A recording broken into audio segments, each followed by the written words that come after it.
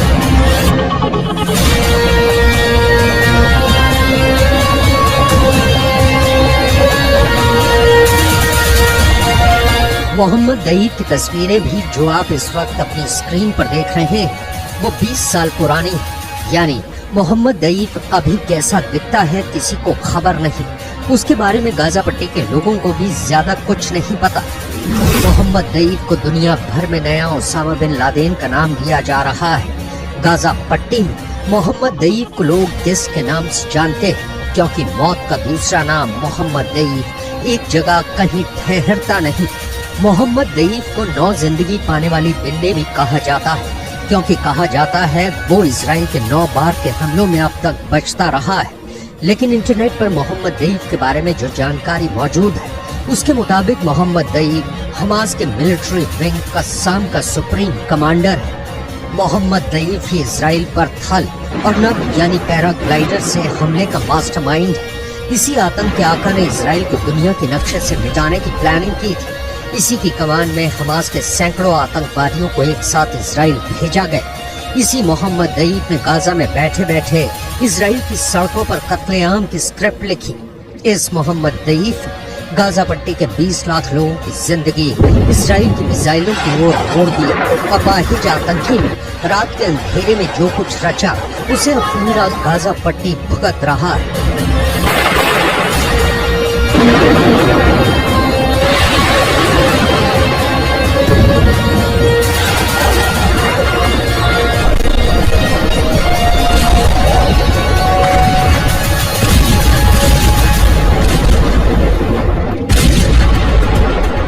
Hamas के militant wing के मुखिया मोहम्मद दईक ने इजराइल पर अटैक की इतनी बड़ी प्लानिंग की थी। इसका अंदाजा इसी बात से लगा सकते हैं कि इजराइल फोर्सेस को रिस्पांस करने में 3 घंटे का वक्त लग गया।